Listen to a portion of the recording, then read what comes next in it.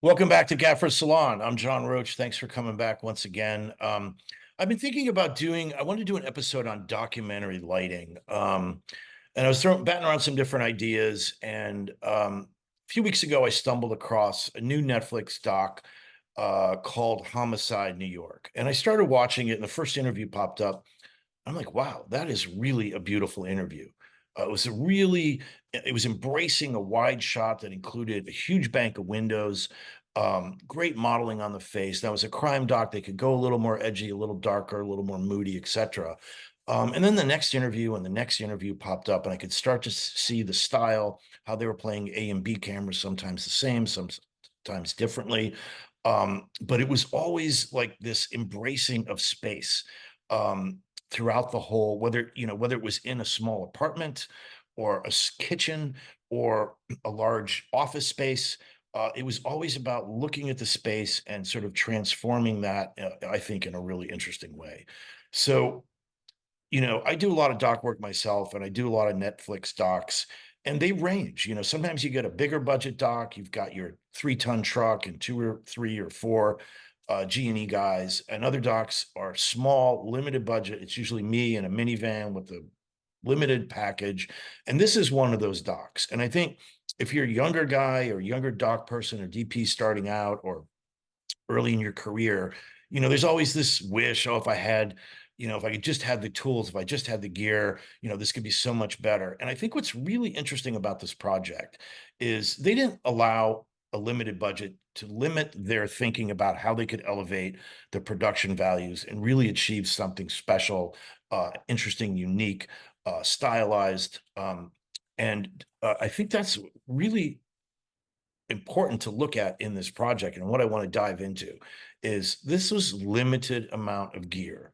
They didn't, a lot of docs will steer clear of a big window, or the light might change, or this, that, or the other. We don't have enough GAC to light this whole scene. And so it gets smaller and smaller, and you're just seeing a little piece of window, and it's kind of limited. And I think they didn't allow that to limit them on the show, which I found refreshing and I think a bit unique when you start to understand exactly what they did. And so it's going to be interesting to dive into like how much manipulation happened in camera, did stuff happen in post, what were the pre-pro conversations. This is a show that the DP Philipp, I'm not going to try to pronounce his last name, I'll let him introduce himself in a minute. What were those conversations about? How do we want this show to look? Yes, we know what the budget is. What can we do? And so a lot of this conversation, I think, is doing more with less. Like, how can we do more with less? Let's not be afraid to embrace what's given to us. And that, I think, as low budget indie filmmakers, as doc people, that's what we do all the time, right? Is we try to embrace what we have, make it work, no, don't work against it, make it work for us. And I think you'll see as we go through all these frame grabs of the different interviews, just how much they took that approach. So without further ado, I'm going to introduce Philip. Travis, unfortunately, we couldn't get all of our schedules to jive, so Travis gave his blessing. So we won't have the gaffer on today, but we'll dive into talking about lighting Homicide New York.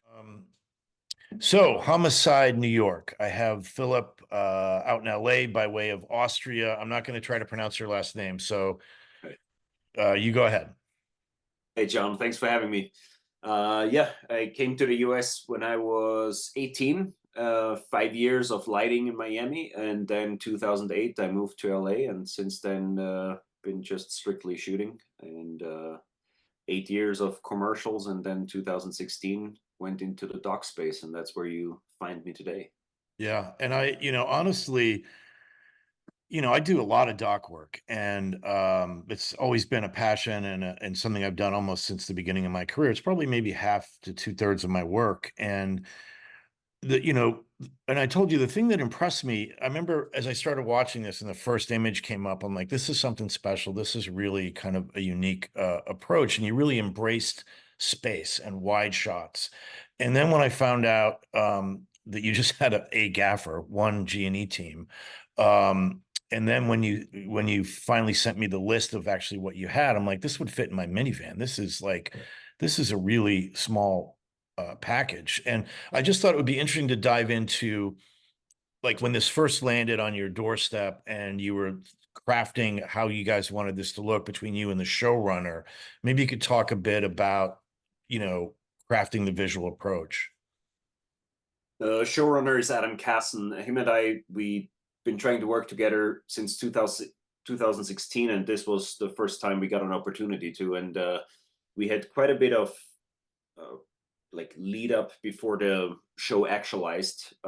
Dick Wolf conceived the show, and then Adam Casson kept sending me ideas, and we kept marinating visual approaches, and landed on, once it was decided that season 1 was New York, it really informed, I think, what we wanted to do with our look. And New York has so many layers, is so rich in texture, is so visually intriguing that I didn't want to shortchange the interviews, basically. And so wide shots was the key for me to unlock that. I think creating interesting wide shots that really capture all the changing nature of New York was key. And we realized, okay, the show, we're gonna start shooting in October, and we're gonna go into the winter, and so we're gonna have to embrace all the changes of the weather, and all the lighting challenges that come with it. And once we embraced that, and really Adam Casson had my back, because sometimes you never know, right? So you get a new project, new team, new people. They have their background, you have your background. Now you got to find a way to create cohesion, and economy in all my choices is always informs my approach. And in this case, I rather had on my camera and my lighting team uh, less, sorry, less people, but give them a higher pay rate, and keep my tools just to the bare minimum, because the more you bring, then you parking in New York, all the trouble. You're gonna have to carry more stuff, and really the aperture lights were, this was my first project with them, and it really unlocked a lot of the capability that I wanted for dock work, where the Bowens mount is to me a godsend, and really created the right starting point. So now we had a compact package, and we knew where we wanted to go with this. Yeah, I think, you're absolutely right about the Bowens mount and cob lights in general. And for us guys that are doing, small dock work or corporate or whatever, on relatively small vehicles, sprinters or minivans or 3-ton trucks, even, having that ability to, go between softbox and lantern and Fresnel and spotlight mount is just huge. So I wanted to pull up the actual order you sent to, we should point out that Travis Ulmer was the gaffer. Unfortunately, we couldn't coordinate schedule with him today. But this is the list that he was sent. It is a very modest list by any standards. And so when you shared this with me, and I knew you had one crew guy, you had an A camera and a B camera operator, and I'm sure a few extra sets of, hands for PA or whatever. And then the decision, I don't know if you call it a radical decision, but a courageous decision to embrace these really wide shots, where traditionally on a lot of docks I work at, people are, saying, well, we can't really see towards the window, we can't control it, and things get smaller and smaller and less visually interesting. And, this was, you took a different approach here. Let me I think start. it was the only option. Yeah, so this is the Barbara Butcher interview, which is a good starting point, I think, for our conversation, because it really from full frontal sunlight shooting onto that back wall to going into late dusk. And I think the night part of the interview didn't end up in the show, but we went all the way into night during this. And for me, LED, bicolor LED, was the key, I guess, to achieving that look. And for me, the color contrast is also when you think about it, it's not a it starts as a feeling, a look, and then you got to figure out, okay, how do I get there? And then once you know how to get there, it's like, how can I get there the easiest, right? And for me, the having Travis Ulmer as a gaffer, he put together the package in a very efficient manner. That it was all in hampers, and then I had. I know in the credits there is a B camera operator, but that person only came out for the group interview of detectives. So it Ah, was really just Jeremy Musher who handled all the camera gear from data to operating to setting up cameras and occasionally coming out for B-roll. And so it was the three of us as the core team. But then obviously production with the available hands, whoever had available hands pitched in to carry sandbags to curate the set deck and help achieve the overall look. But yeah, I mean, the thing that impressed me as I look through many of these screen grabs is it's a minimal lighting. I mean, it's getting tremendous production value uh, by juggling the resources you have. And we were talking earlier how, it's not a Wes Anderson film. We can't create our whole friggin' world. We have to sort of embrace what we have and use it to the best of our abilities that we do on docs and no budget features. And I think here, you've got three, looks like maybe three Titan tubes on the back shelf that you can adjust as the day time of day is changing or the amount of sun is changing. And I think you were saying you had a key, a 12 aperture 1200, and then it wasn't quite enough, so you had to jam another little 300 or whatever you had, 600 in there to get level. And then, like many of these sort of corporate windowed spaces, you're dealing with a bunch of white walls. So I think you said you put up a bunch of Visqueen or whatever you had on hand just to try to, because so many of these are just really beautiful modeling on the face. You've really, we've got sort of a moody, interesting, aesthetically interesting look here. And on top of that, it certainly appears that you've gone to the extent of trying to coordinate wardrobe as I look through a number of these interviews. yeah, I think the overall approach when we arrived at a location, we never had the chance to really scout it beforehand. So we just looked at images that were made available to us either by the owner of the location or was available on Google.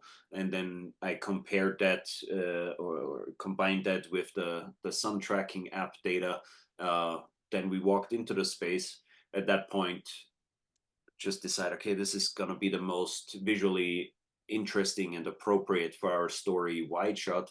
And then Travis, along with Jeremy, myself, we got to work. And in this case, we knew we had to compensate for direct frontal sunlight onto our background.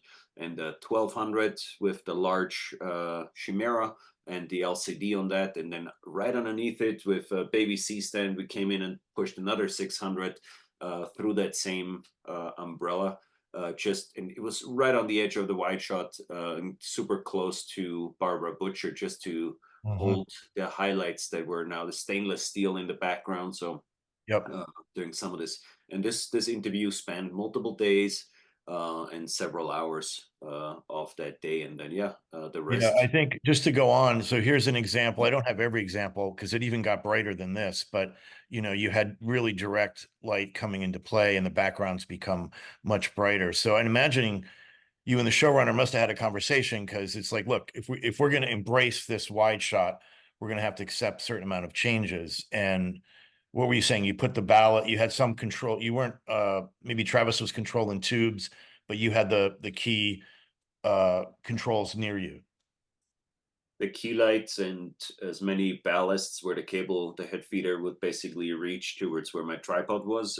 I'd like to have it there just because you can adjust the levels without interrupting the interview. And the once I always try to, when we set up, I give it's okay, it's going to take us this long to get this interview ready.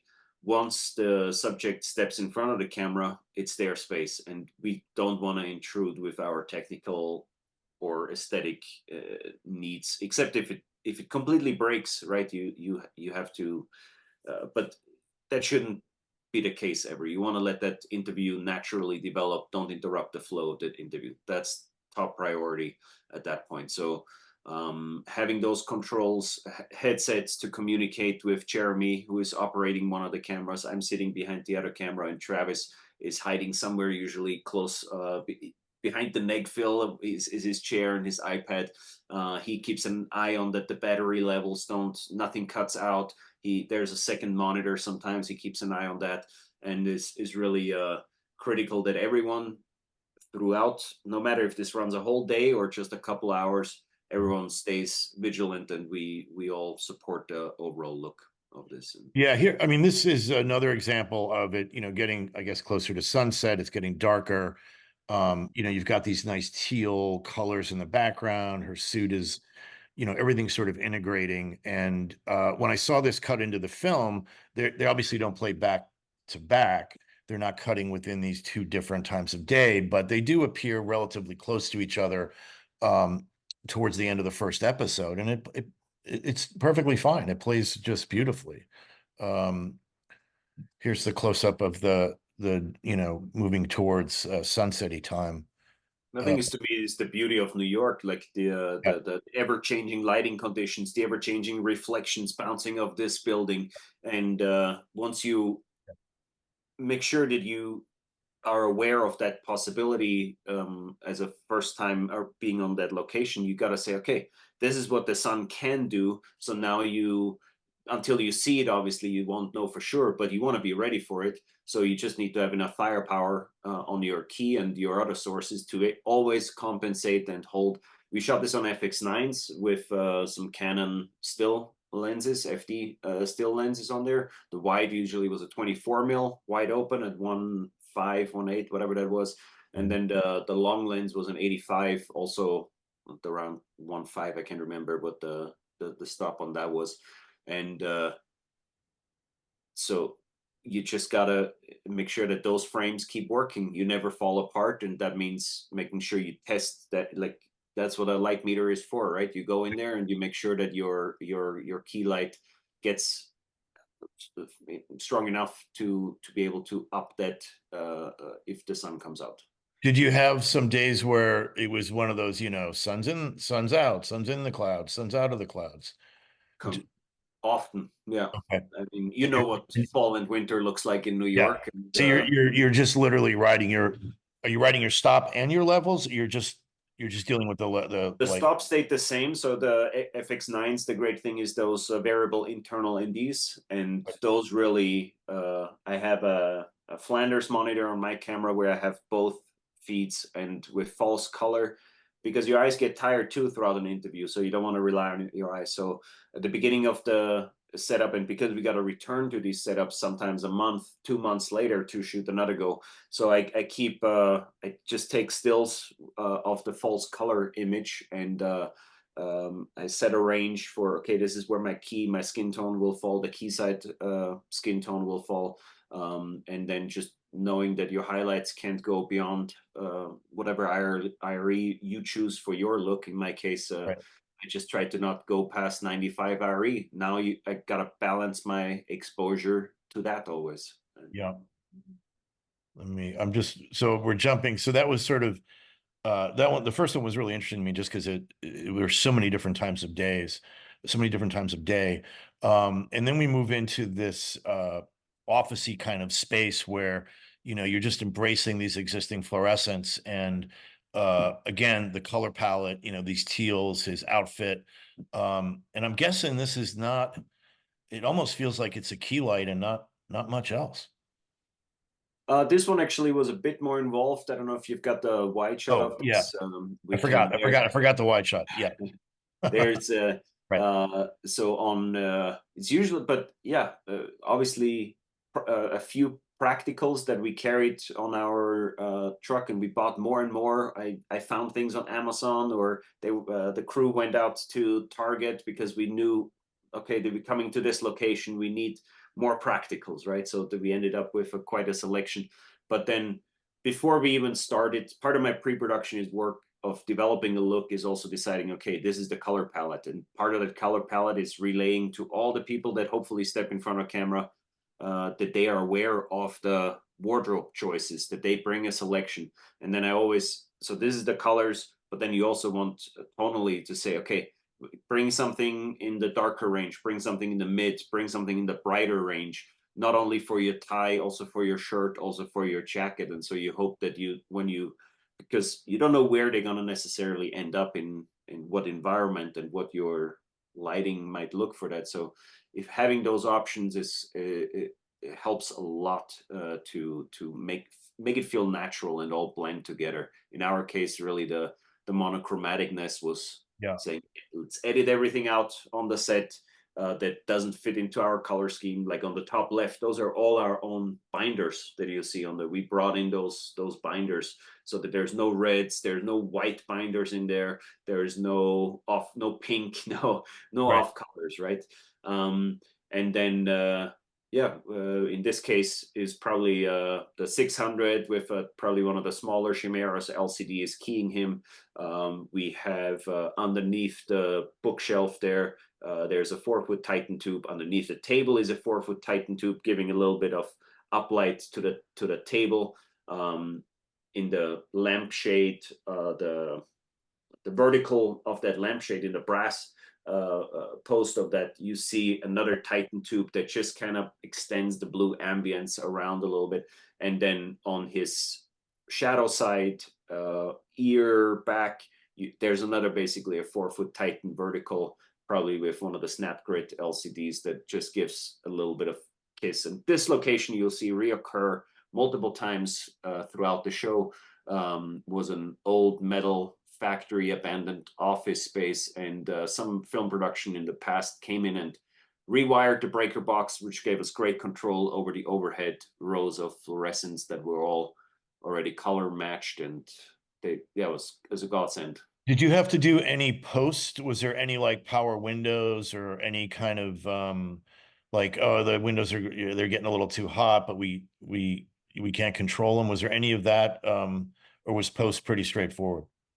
There's you can't fix highlights that are lost. That's Right. not an option. So you cannot fix. So you in FX9s, they're good cameras, but they have the 12 stop range roughly, for me at least. And then once you put a lot on that, you got to know where. And I wanted a fairly rich contrasty look. Didn't want a flat look. For me, the contrast in that case meant I had to watch out, where do my blacks fall, where do my highlights fall, and especially the highlights, you can't clip them. You're never gonna get them back. There's no, at least. And so in this case, there were blinds all along these windows, and you can just throughout the day, let's say, okay, now it's gonna get you're going to go towards dusk, right? So you open those blinds already preemptively during a card switch. But we had cards in our cameras that ran for 2 hours. So you try to not interrupt the interview for 2 hours. Yeah. Oops. So here's another fantastic one where you've just got direct light, beaming all in this space. And, you've clearly stopped down quite a bit to hold, good detail, even on the wall where the sun's hitting. It's not anywhere near, clipping or anything. And it's, really nice and dark and moody. And it really feels like you used one key light just, for his portraiture, and maybe it had a little bit of ambient, a bounce or something. I love the graphic nature of this shot. Like for me, when I saw okay, this is a south facing window. So you gotta embrace that to as long as you can, basically. And I knew that obviously it can't hit him, so I need to pull him away from the window just so that I never have to struggle with the sun, right? You can't fight nature. So don't embrace it, but make sure also that you don't box yourself into a corner. So I pulled him away from the window and still made sure that I had the graphic nature of that frame. There's obviously the white water tower and the white wall, and got to make sure that determines with direct front light. Okay, this is how far you got to stop down. Now you got to balance the key to that. Same as with the Barbara Butcher interview, 1200, 600 through the same umbrella, and then I always set my color temperature in the camera at 4,400 Kelvin to get that color separation between background and the skin tone. So naturally that will, a daylight background will always be there for already the teal cool range. Yeah. And then the skin tone, I modulated it, but it floated around 44 Kelvin. So and the bicolor LEDs and the little, the 1200, you have the maybe a quarter or half O on that. And yeah, again, just So you were taking the big Aperture 150 dome and literally putting it on the 1200, but opening the back and then jamming a second light in the same softbox. Is that what you were saying? yeah, and I never did. So this was the first shoot that I used the apertures on. Right. In the way past, I played with them when they were not ready yet Yeah. for use. And then just prior to this shoot, I one day with them sold me that the Bowens mount, all the accessories and the variability of the gear with bicolor, the small ballasts, relative manageable power draw, that was the right solution for this project. So in to make this work, to get enough exposure, 1200 alone would have not been enough, especially because I needed a little bit of O on there. The CTO on it, took out another like half stop, maybe something along those lines. So now 600 in the same already 44 Kelvin. So that if I remember correct, we had the 1200 on a combo stand. Then the large umbrella, you have these Velcro flaps that are on the close to the head. So now we pulled one down, maybe number one clips on there to hold that away so that it doesn't burn when you now shove a 600 with on a baby C stand arm right underneath that, so they were right over the top of each other and shooting through the same umbrella, and then pushed just to the edge of the white frame. That gave us enough exposure to hold the background. Yeah. It's just a beautiful, gorgeous tight shot. Thanks. Yeah. And then here we're in a diner of some kind with another one of the detectives. Yeah, Again, this was our very first interview, the very first day. right. There always the nerves. Everybody's kind of trying to gauge, like, okay, where's this show gonna go? Mhm. Yeah, no, I don't know. I'm the night before. I usually, like the mind's racing. It's not a calm night, and then Right. you want to make sure that you set the right tone and the expectations for the rest of the shoot. So, this one as the very first frame, you you gotta you gotta get everything at least acceptable into acceptable range, and this paid off, I think, in many ways. We felt the city outside.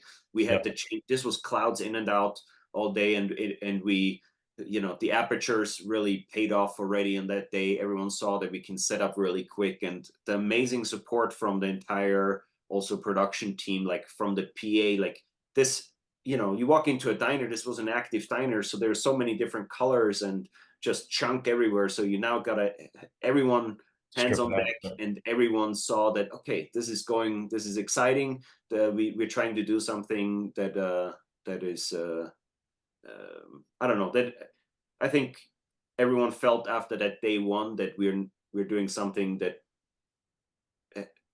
everyone can be involved in, and that can also pay off. I like to share frames with people, and when people start to get a sense of what we're after, everyone gets involved and everyone feels like they're part of the mission. And this was a good start for that. And I think you said to me earlier that you guys did this and were happy, but you thought, you know what, let's go even wider. Yeah, so this was already, I think, then the second, the like throughout the the interview starts. Now you marinate really the frame the first time for this Yeah. show, and I think you have in the slide a slightly higher angle that was a little bit tighter. And I realized, like, this was the close up, the profile with the short sighting that I really Yeah. enjoyed for this show, where you push up the eye line really close to the edge of frame, and you felt the traffic go by in the background. We got some nice Yeah. flares coming in Yeah. from the sun there, and yeah. So this was the first iteration. It works, but I feel like I don't know where he's not grounded in the frame. So I wanted to see Right. the bar top basically, and And Yeah. you'll see that as a recurring theme where I shoot usually across the table until, to get to the subject. So like this, for example. Yeah. Yeah. So this one's great. This is that same earlier space, right? And Yeah. with the other detective, Mhm. and again, just embracing the existing fluorescence. You got this great built-in reflection right off the table, and then just getting all the gack out of the background and throwing a practical or two in, right? Yeah, Yeah. that was mostly just set dressing because it was just full of stuff, this office. And so you really want to just make sure that you create a nice clean frame, and there's an aperture on the ground behind the chair that kind of uplights this metal cabinet behind her Yep. leather chair. A little bit of a Titan tube that is rigged above her, slightly behind her, just to extend the fluorescent feeling onto the Yep. hair and the chair. And now I think, if I remember that correct, so see how the row of windows in the background, it has like it's a little bit hotter towards the center, There. right? Yep. Um, so we were already in. It was already night outside there, and that was the 1200. Like we are two, we're at least two floors up on this one. Mm. So I asked Travis to go outside there and say, "Can you on the some Brooklyn sidewalk? Can you put a 1200 and just go top stick on that combo?" And we only had like two combos, I think, on our entire package, and that he raised that 1200 as high as he could, and this is what created the lit up those windows basically, because we were already night. And probably this was interview 2 or 3 of the day that we Wow. had to shoot. So Yeah, I wouldn't have guessed that at all. Did you have to trace those or anything? Or so they had some weird stipple pattern on them already, that that okay. was it was old, Perfect. and it was like 1,000 H tracing paper pretty much, which I carry always. And but obviously with this 2 stories up and way too many windows to Right. 1,000 Right. H, so it had already something like that. So that's how that Now, blended in. generally, on all as we look through all these interviews, I think you said they were allocating a couple hours at best for load in and setup. Is that accurate? So I usually said, okay, by the time we touch down, an hour and a half after the call time, we want to roll on the interview. Okay. That means by the time I walk in first, I find the wide shots of the day, meaning sometimes 2 or 3 wide shots that we have to accomplish in each location. And then I think I combine that information with where the sun's going to be, what time of day we're going to probably end up in that setup. And Mhm. then I try to think my way through, okay, this is best for this person because they're going to need 6 hours with that person, but then they need the other 2 interviews only 2 hours. So Right. hour and a half till we roll on the first interview. That gives us roughly, from parking to everyone having their first bagel, to then making sure that we do our final checks. That's about an hour, at 45 to an hour of Yeah. working time, right? So now that 45 to an hour is what I also allocate for each reset throughout the day. And then Mhm. you got to wrap out for 45 minutes. So Right. that's kind of where the timing for your day falls. And then you convey that to whoever is conducting the interviews. You give them the expectation, okay, you have this much time for your interview. And obviously they can run long and decide like, oh, this is more important for me. So then you have to adjust throughout the day.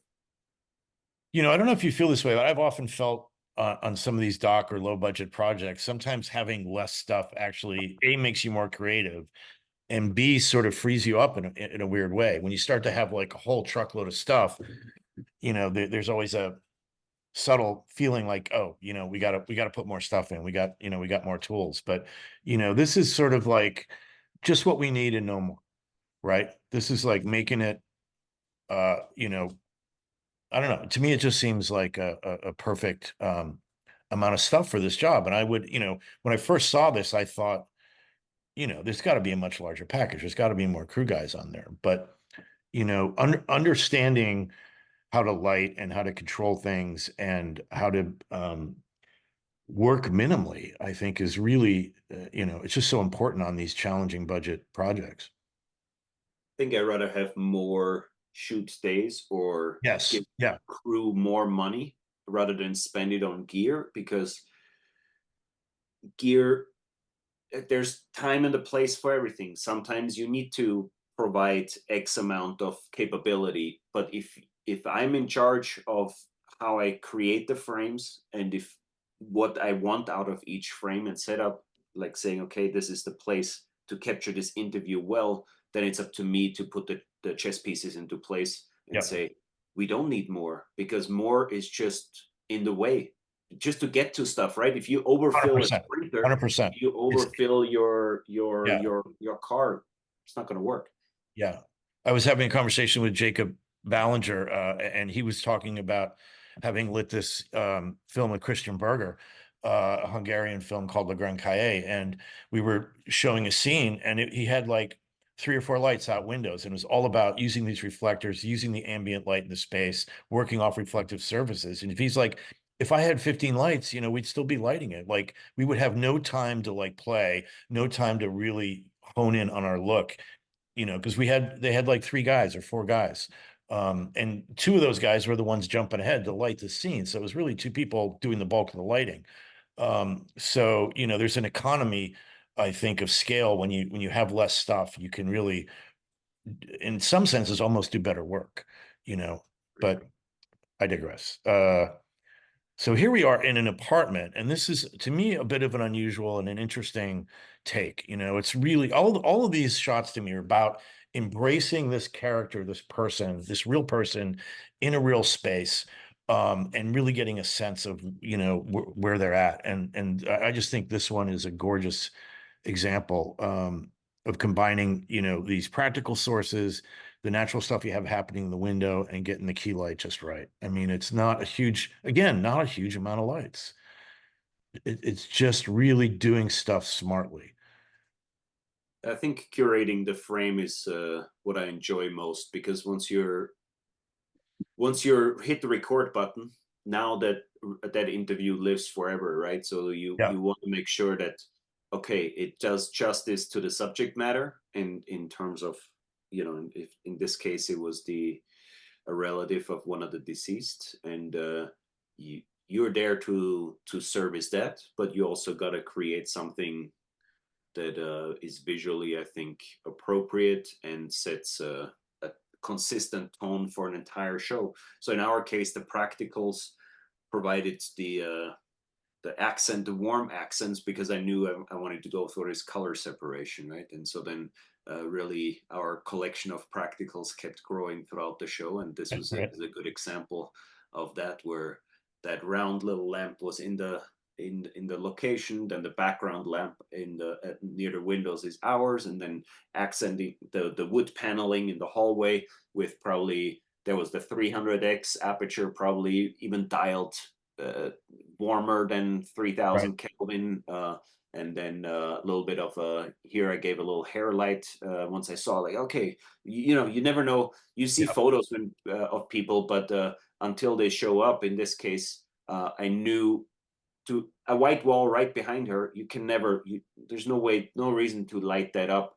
So there was this, it's granted, it's not very tight fit, but this was the right, out of the wardrobe options that she had, this was the Right. right tonal separation, because she had, underneath, she has the turtleneck, the black one, and Yeah. that just blended together too much. So in the moment, you place these things and you paint, and if the Yeah. it was really a great team where people conveyed, because it's to convey color choices when they're there to talk about somebody who deceased, that's not a comfortable conversation to have right before an interview. So you want to preempt and convey those ideas long ahead, before they even travel out to come to your location. Yeah. And what did you just floated like a Helios or a Titan tube for that little bit on the hair I coming? think, or it might have been one of the rectangular chimeras, just because it's Oh, yeah, yeah, yeah. the bigger the surface area, the better the Right. reflection on the Right. hair. So it probably was a chimera with an LCD. And then, yeah, there's the next one. Yeah, this one's great too. Such again, really good, massive wide shot, embracing all those windows. And then I think you were saying this was just a wreck of a bar, and you guys had pretty much prop it all out, throw your Titan tubes in the bar in the back, one off to the side to, scrape the brick wall. Yeah, it was but again, once those roll up doors went up, I saw the beautiful brick building outside. I Mhm. saw the life of the city going past the windows. I knew that I had to point, right, the wide shot to Yep. point that inside the building. I would have missed out on all of New York, and we could have shot it Yep. anywhere in the world. And now I start seeing people bicycling, walking by, driving by. I see sun reflections coming in and really bringing life to this wide shot. And in a documentary, so much airtime is spent on these interviews. I really try to give the viewer a good viewing experience through these interviews. And in that case, it was great to see all hands on deck, like everybody from the PA looking at the monitor to arranging stuff, helping moving stuff in the background, saying, "Oh, this would be nice. These colored bottles would be great there. The coffee cups should go there. Let's move out the chunk behind that pillar." And it's such a great team effort and a real high to bring a frame like that together. Yeah, this is just gorgeous. And then I think we have another example of being in a small apartment, right? Like, Yeah, what can you do in a small apartment? Plus, you're interviewing two sisters, yeah. and trying to get a sense of space. And I thought you did a great job here with, not a lot of lights. You got a few Titans or whatnot, Helios on the floor back there, I guess, and some practicals. Yeah. The And Titans just being battery powered, so skinny you can hide them easily. And to me, the magnet mounting kits, all the yeah, stuff is. But oh, in the end, because you still running these interviews 4 to 6 hours, so you still got to plug them in, because you don't want to ever be the cause to stop an interview mid flow, to make yeah, sure that to me is. But yes, the tools are only getting better. Here we shot it into the night. This was a, like, what would you call it, a basement apartment, like yeah, a half below ground, so 1000H on those windows, maybe a 300 600 backlighting that 1000H right outside from the street side. And then just this was a very precious apartment. The owner listed it again on one of these websites. And but when the film machine rolls in, you got to be very respectful also of these yeah. spaces, because there is beautiful artwork. And often the nice reflective surfaces, they are easily to be damaged. So I think it takes everybody's respect also, to so that we can go back to these beautiful locations in the future. And I mean, I imagine, also you're saying, you guys didn't scout. So it's not like you could walk around the space and figure out your angles. You're literally I mean, you've seen some photos, but it's always hard to tell from photos yeah, where you're going to end up. So I imagine you get there. I'm curious about your interaction with Travis, the gaffer. You yeah, get here and you're like, you find this angle. And then you set him about, you guys have a discussion, and then he goes off to trace the windows on the outside and set up a light. Are you helping at all on this? Is it that kind of a yeah, crew? Yeah, yeah. Totally. I mean, I think big. So you got to come up with a game plan for the day. So right, really, you got, while they unload the sprinter and get everything, the lights headed up, right? The basic prep work, just right, that's always going to be the same. That gives me enough time to now wrap my head around each location, come up with a schedule, bounce it back off the producers to say, okay, this is what our day I think should look like, and this is going to right, be the wide for this interview, etc. Now I have a game plan. At this point, Travis is ready with the lights outside the door. Usually, everything is on stands. right. The negs are already on a T-bone, Yep. and at that point, I give very exact placements to each of these units. And Mhm. usually, then I'll take over some of the simpler stuff. Like he takes care of the bulk of it, and but anywhere that I can help, that where I can step Right, away should I need to, like negging out the space, I right, can do placing practicals. But then we pull in the help of PAs, of the producers. Everybody is really, because everyone's trying to get to the same end result, right? So if everyone's involved at any, and nobody's snobby about, like, oh, don't touch this, don't, no, no, no, this is a team sport, let's go. Let's yep. go and find a beautiful, create something beautiful together. So here's another gorgeous location. I mean, this bar is And I remember you used this same bar for the closing scene of the film, which is basically all the detectives, the medical, all the characters that were in the film sort of gather in a final scene. But then here it's for interview with one of the, I guess, detectives. And again, just a beautiful, you got these really great color palette going, these color contrasts between tungsten, the blue light coming in from the windows. And then I think you were saying you had to, most of these locations you had to really, go around, set up glasses where you wanted them, set up, take the time to kind of set dress. And, there is no art department. No, no, and I think, but it's also the fun of it, right? Because Yeah. that's the exhilarating moment of creating that frame, and then you're gonna watch that frame forever, right? So Yeah. in our case, for the entire duration of the interview, but you can't really change it. So really, that each 45 minutes to set up each interview is you got to put the most into it, and really have just consummate professionals around you that share the same and understand the same vision, and go after it together. And I think this bar, uh, but it's also great when, like in this case, was a producer who shared, like, you communicate ideas in the beginning, and if you don't always expect people to have like visual acuity and sensibilities, but if in this case we had many producers that, like, they really put in the work on their downtime to help us find locations on these peer space Airbnb style websites to to really pre-select and then send us throughout the day. And I'm during the interview, I'm checking my phone, I'm looking at photos, and or they might have, found a bar, and in this case the producer found this bar, and he just went there, I think one of the nights before, and had a drink there. And he said he really liked that bar and sent me some pictures. And then you look at it, and there's so many things that are already right, right? So you don't, then it makes your life easier in that case to create a beautiful frame. Yeah. I mean, location is just everything, right? It's just like you get the right space and you have to do so much less to make it, you don't have to reinvent the wheel. Things, the bulk of what you need is there, and it's just tidying up, moving some stuff around. Yeah, totally. And here's another great one because you had some good architecture to work with, and I don't have them all in here, but there was a range of days or maybe times of days that you shot there. Sometimes light streaming through that window onto the floor and bouncing up, and other times here it's like very more moody and down and overcast. I thought this worked well too. Yeah, the architecture in this is definitely, I think, was the selling point for me, right? That window. So now you dress everything to that window. And um, yeah, definitely, like, certain frames, you're gonna need all the options that post offers you to fix certain things that you just can't fix on the day.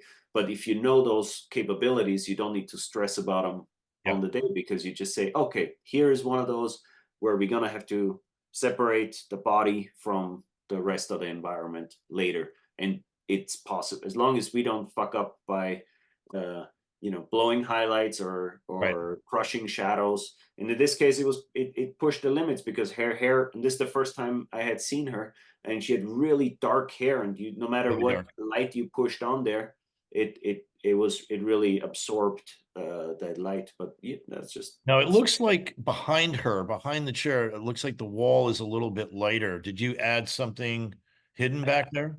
I think we hid, Something. either we put a Titan onto the Yeah. ground with an LCD, and we just kind of twisted it up to give Yeah. her, because when you see on the right side of the window, that's kind of, if you don't, uh, the natural ambience by the time you expose, for this was overcast, but bright overcast outside, right? Right. So by the time you expose for those bright clouds, fog cover, the inside, even on white walls, it's gonna be quite down. So now you got to make sure that it's not too down. Or, and this day, I mean, anyway, sometimes days you like questioning your choices, and this was might have been one of them, but I think we pulled Right. it off. Right. Yeah. I still thought it came out pretty nice. And then we go back into that same office Yeah. space, but really incorporating, the windows and the practicals and the teal tones. I mean, this is just another nice mix of how to come up with something visually interesting in that kind of a space. Yeah, that location was very giving, and I found that on Peerspace very early, um, and said, okay, anytime you don't find a location that is better than this, just we'll go Yep. back here and we'll find another angle that works in here. And here's yet another. Yeah, probably my favorite one out of the bunch here. Yeah. We've got our foreground layer, like all these glass dividers. Yep. Obviously, it's a challenge. You see a little C stand reflected in this still frame, which I fixed, I think, later on Uh, the right. You see oh, and this was another thing. Like I always ask for blacked out stands on dock work because it's, I don't know, just sometimes oh, you interesting. it's easier to yeah. Uh, Hide stuff. between Yep. there's certain choices that for example, having a whisk queen that you can cut at any time to make a skirt out of it or use as neg, and you never have to be. It's cheaper than Duvadine. Yeah. You can buy another roll whenever you need it at any Home Depot. And 1000H. Those are kind of things that I carry on any shoot, Yeah. no matter the scale. I could find that if I could find some sort of black plastic that was matte, I'd be in heaven. Matte surface. But Yeah, they got that grit type, the black grit type cloth, which I like too. It's yeah, super lightweight and yeah. yeah. Let me move. There's the close up of that, which is quite lovely. Yeah, and I like how it's such a good natural feeling key light where you don't Yeah. need anything else. Yeah. Yeah, and you do have a little bit of a sense. I mean, it's clear you got the window coming, you got the little desk light. It doesn't feel like you've got some big key in there doing the heavy lifting. It just sort of nicely blends in together. Mm. And then now these ones really struck me as well. They all are gorgeous, but this one in particular I thought was terrific. Not necessarily an easy space. I mean, I know you did a couple interviews in this place, um, but man, it's I just want to toggle to the close up and then back because now this one looks like obviously you got a fair number of little tubes and whatnot and working all the background stuff. But just I love this little hint of light on the countertop surface where the mug is sitting. It falls off. There's this almost natural vignette thing that's happening. Um, and again, this one you introduce some light that looks like it could be coming from upstairs that's giving them kind of a hair light of sorts. It's a really lovely, lovely mix here. So, it's that balance between warm accents and Yeah, sometimes easier, sometimes harder. In this case, the concrete just lent itself to like the tubes we hit behind speakers yep, and behind the pillar. That's the blue kind of washes vignettes on the back wall. Definitely a little bit of warmth onto the hair. You're absolutely right. Just as if it's coming from the top there. yep, Um, Placing the practicals and yeah, and we just moved. I think always is you just gotta curate that frame. We took out the sofa and yeah, I like to ground them in the space because by the time you go wide, it's gotta feel like they belong there, right? So yeah, yeah. yeah, Uh, and that's a really nice tight. that was a touch I of mean, I like detail. these because I've seen some interviews where they try to go moody and you can't see half the person's face. You suddenly start to lose a sense of who this person is. But I never see that happening in any of these. You really still, there is some detail in most of these in the shadow area, but it's moody. I just thought it worked really well. Now, I don't think I have the close up on this one, but Yeah, it was this was another interesting one where sometimes people even on photos there's a way to deceive you, right, when you get these location photos, and this was probably a lot of work but it paid off, and we shot this during the night actually, and just that window almost when I look at it now it seems like it could have been a fake backdrop that we put out there, but it was just an alleyway with a very close proximity building to us, and one of the side windows to this interview that's off frame, we just fired a light straight out onto the neighboring facade, and Mhm. then had to find, okay, the couch was over there, bring in that foreground table, a bunch of books, create the mess of books, and create something that I don't know, that wide shot's always got to tell a story, right? So Yeah. until it feels like it's telling a story, and sometimes it's more work. And this one was, but in the end, nobody cares, right? In the end, it's just gotta work. So here we're back to an apartment where you did two different interviews. Let me just scroll through these, but I thought these were gorgeous. Again, really embracing these wide, uh, spaces. You'll see these practicals reappear in both of these shots. So in the wide shot, you see Yep. the twisty lamp base, and it's in her in the lady's frame there as well. Yeah. So I Those wish are. there we could have flipped the frame later in post, but I got vetoed by. So nobody knows. Nobody knows. But And then we're yeah, back to this the. is one of my favorites, probably. Yeah. Yeah, this is gorgeous. And this is the same as the guy that we were talking about had the hair light, same location. Yeah. Um, and now are you like, for example, on this shot, like I'd be worried, oh, are we gonna ever have hard sun coming through the window? But I almost think relative to that survivor that was in the really wide shot where the light was hitting the pattern of the windows falling on the back wall. I mean, even if the light is coming in direct, which it did on some of your wide shots, it wasn't really an issue. You could hold it. And so imagine you're not that concerned if suddenly, you get a little bit of heat in the back. Or did you take that into account in terms of the angle and where the arc of the sun, or it just really wasn't you were stopped down enough that it wasn't going to be an issue? Here it definitely would have been like Okay. this was there was one during this interview. Actually, Travis was positioned outside in this backyard little area, and the pillar that's right behind our interview subject is hiding during certain parts of the interview of two floppies, I think, or I don't know if we, Mm.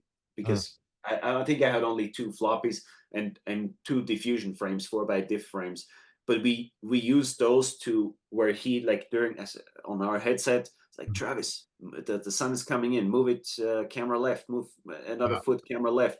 And so from inside I could see that, okay, we're still hiding the stand, but we're chasing the direct sun, that only for a brief part between two Right. buildings the sun came through during that time window. But sun, I mean, thank God to all these sun tracking apps where Yeah. we can now preempt these, predict where this is going to be, and everyone's already, so it's not interrupting the flow of the interview. You're not even stopping anything. That not that the people that are sitting in front of the camera will never know of these little headset communications that are going on Yeah.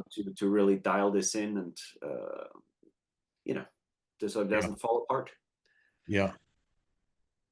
And there's the close up, which also works just really well. And again, even it's dramatic, but even I still really I have such a great sense of this guy.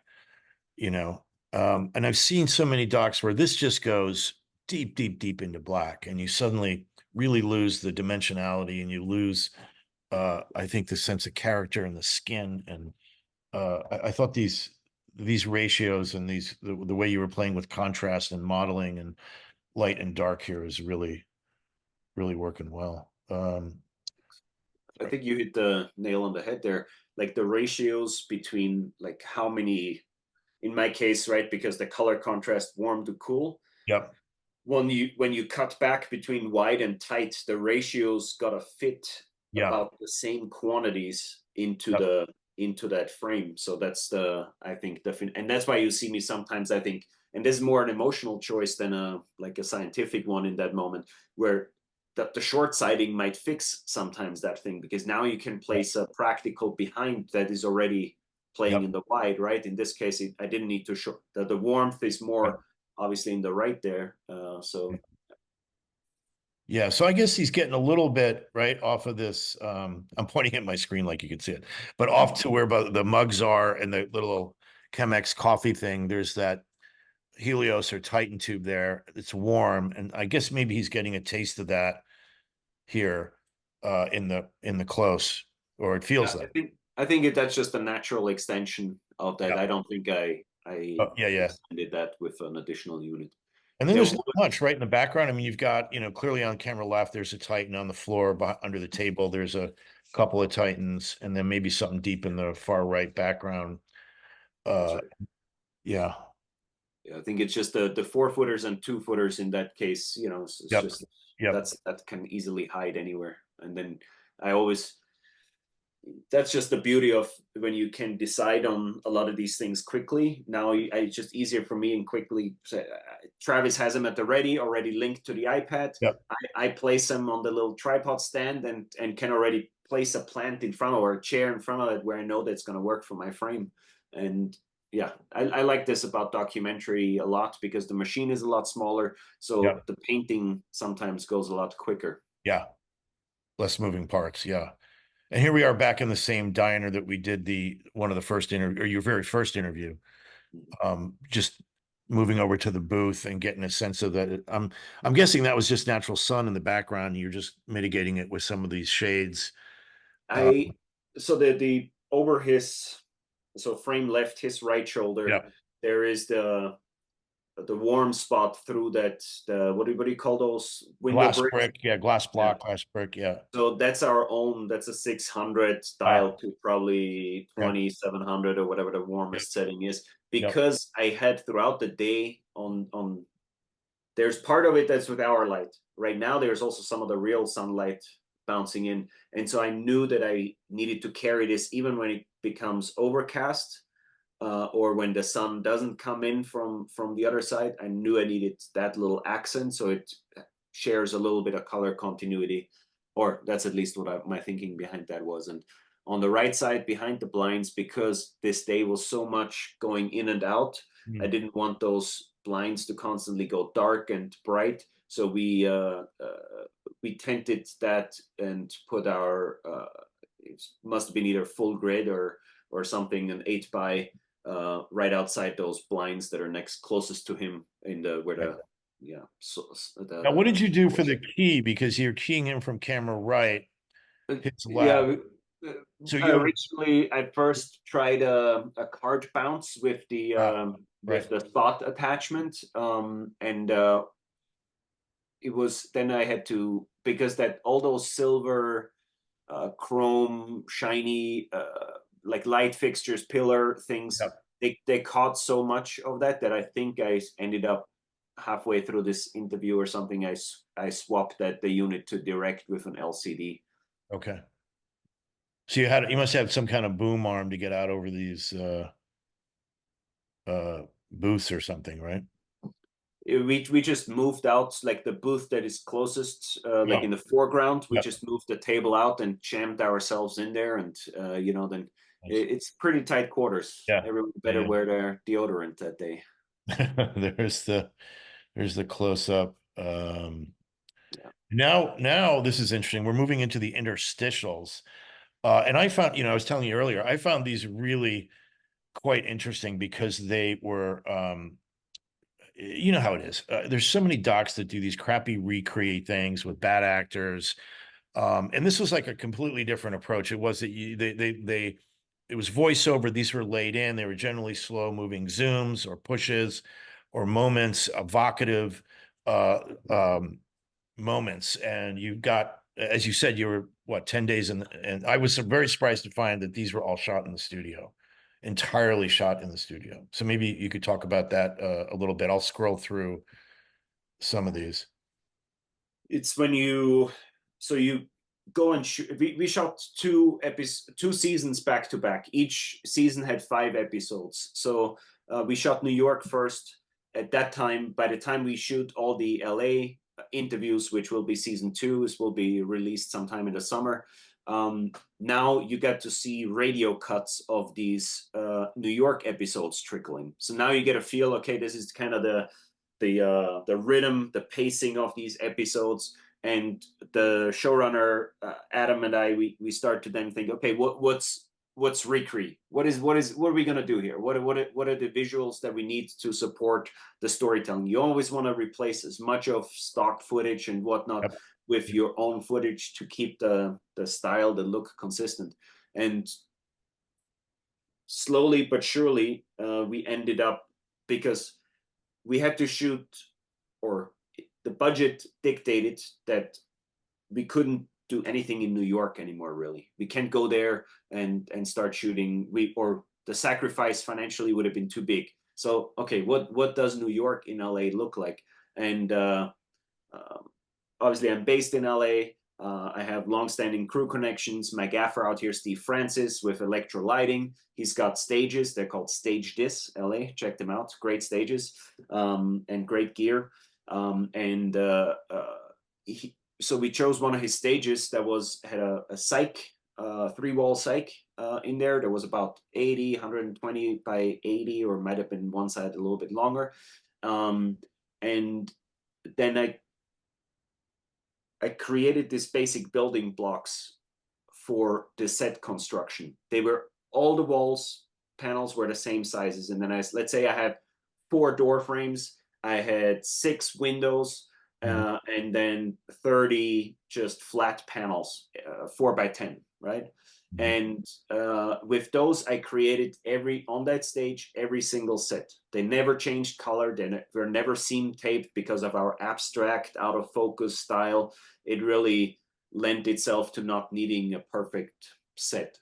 And so once we had those basic building blocks, we now created again our individual frames all on that stage, from night New York exterior to night to day interior. You see outside those blinds is there's a Roscoe translight that you could backlight it for night, and the same translight front lit to give you a day exterior view of some Manhattan or Brooklyn skyline, not skyline, facade. Yeah. Again, we had 2 recre shooting blocks, but we used the same pieces just to be financially responsible and not lose shoot days, right? Because where's the money going to come from? So you got to find a way that you can recycle the same elements, stay in place, not do company moves, not try to light a night exterior. And so then I chose this mid-gray color that all the floors, all the walls, everything was the same color. And by the time you push haze in there, the color temperatures of your fixtures will paint the image for you. They will lock into they will permeate the grays and give it I think the variance. And you did some great stuff with just out of focus. I mean, a lot of these, like you said, a lot of them had haze. A lot of them were just slow dolly moves. And this was all the interstitial stuff. So I'm sorry, you did both the New York series and the LA interstitials all at the same time? So we had a 2-week break between those because I think there was a few weeks break. We had to come back basically to that same stage, but we were able to save all the set pieces, right? By the time you build the flats, they paid for the windows, paid for the doors. Now you just recycle them for the second go around. By the time that the basically the LA cuts needed to be ready, so we could have enough of a shot list put together to start. I mean, this shot was when I saw this pop up in the doc, I'm like, how the hell did they get this shot? How did they? And you literally shot it on the stage. You brought in 3 practical what do you call it? Lights. Street lamps, the acorn heads, and just run a stinger to them because it's so out of focus, you never know. Right.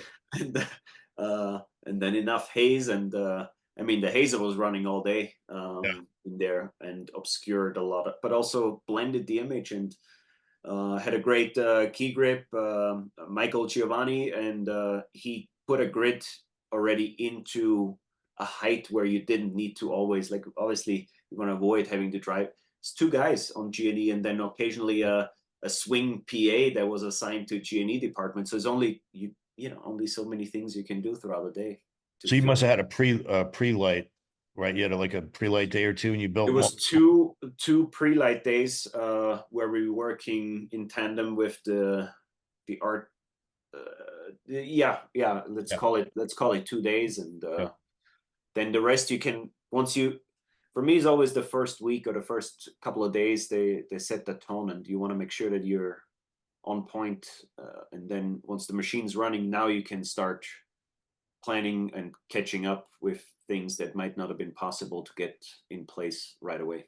Yeah. Here's another great one using those same lamps. I'm sure you probably shot that in the same day, right? You brought that old school car in. All the car stuff was shot at the end when we could repaint the floor one more time to have Hmm. a semi clean floor, and then that softbox now, because we needed, the grid was kind of in the way from the set, so we wrapped out the grid, and now it's just that soft box mainly hanging up Yeah, there. and you can see it clearly playing in that car, just right. Yeah, Uh, yeah. yeah, really nice. Here's just another simple one. And some of these are, I'm imagining, they're pretty simple. You got a practical, and you got the something pushing through a window and some haze, and That's Bob's it. your uncle, right? Yeah, In on a stage you can, because I had basically an ambient layer that was on top, so you can just dial in the ambience a lot better. And but because you're, that softbox, I knew I didn't need much stop. We shot this all on the Sony Venice with the Cell Muse anamorphic, so they opened quite wide, and I shot them because of that out of focus soft style that we decided on. Um, I can set the Venice to 2500 ISO and shoot that at 1.6 or 2, and you don't need many foot candles for that. Obviously, it depends. Sometimes contrast gets, when you shoot it at such low foot candles, it's a little bit tough sometimes maintaining contrast or ratios. But that overhead box was 6 or 8 Titan tubes through a full grid on a 10 by 20 softbox, so you don't need, and they were never, I think, at full output. So yeah, same here. oh, that's the last. Okay, so that's the last of the interstitials. Let me go back. Well, that was a fantastic job. I mean, kudos to you guys and the team. That if anybody needs an example of doing, really raising the bar and really raising production values on a challenging limited budget, there it is. Thanks. That Yeah, was a lot of fun, and I don't know. That's why I like the doc space. I think because yeah, usually it gives also more freedom. Once you embrace the limitations, you yeah. also can visually can have a big playground, I think, to explore. Yeah, I agree. I agree. I just love working on docs. And maybe it's because I started in those early on 25, 30 years ago, but more and more it's just, if you get the right people, you could just do so many great things. And I don't, big shows are great. It's a whole nother arena to play in. But for me, I find the doc world to be really fascinating. And it's not just like from a technical perspective. I mean, there's budgetary technical challenges, but also creatively. And I think I don't think I've known anybody that's gone into the studio and quite such 100% all in, for their interstitial. So that was an interesting, a smart choice, and probably I think you're right, absolutely cost effective when you think about how much material over 5 episodes. That's a lot of stuff. A lot of stuff. I think you just walk away with more variety of shots, right? Because Yeah. the company moves alone kill so much time, and Yeah. by the time you run power, or when then you need a generator. So the cost, I think, is always going to be the same, but you walk away with more visual material that is also consistent Yeah. stylistically. Well, cool. Thanks so much. I really appreciate it. That was super insightful and good work. And I look forward to seeing the LA. When does the LA what's that, just Sometime in the summer, I think July maybe, but Homicide Los Angeles or Homicide LA or whatever, I guess. inside Los Angeles. Keeping with the theme. All right. Thanks, John. Thanks for Thanks. having me. Appreciate Okay. you. All right. This better recorded. It's been blinking red the whole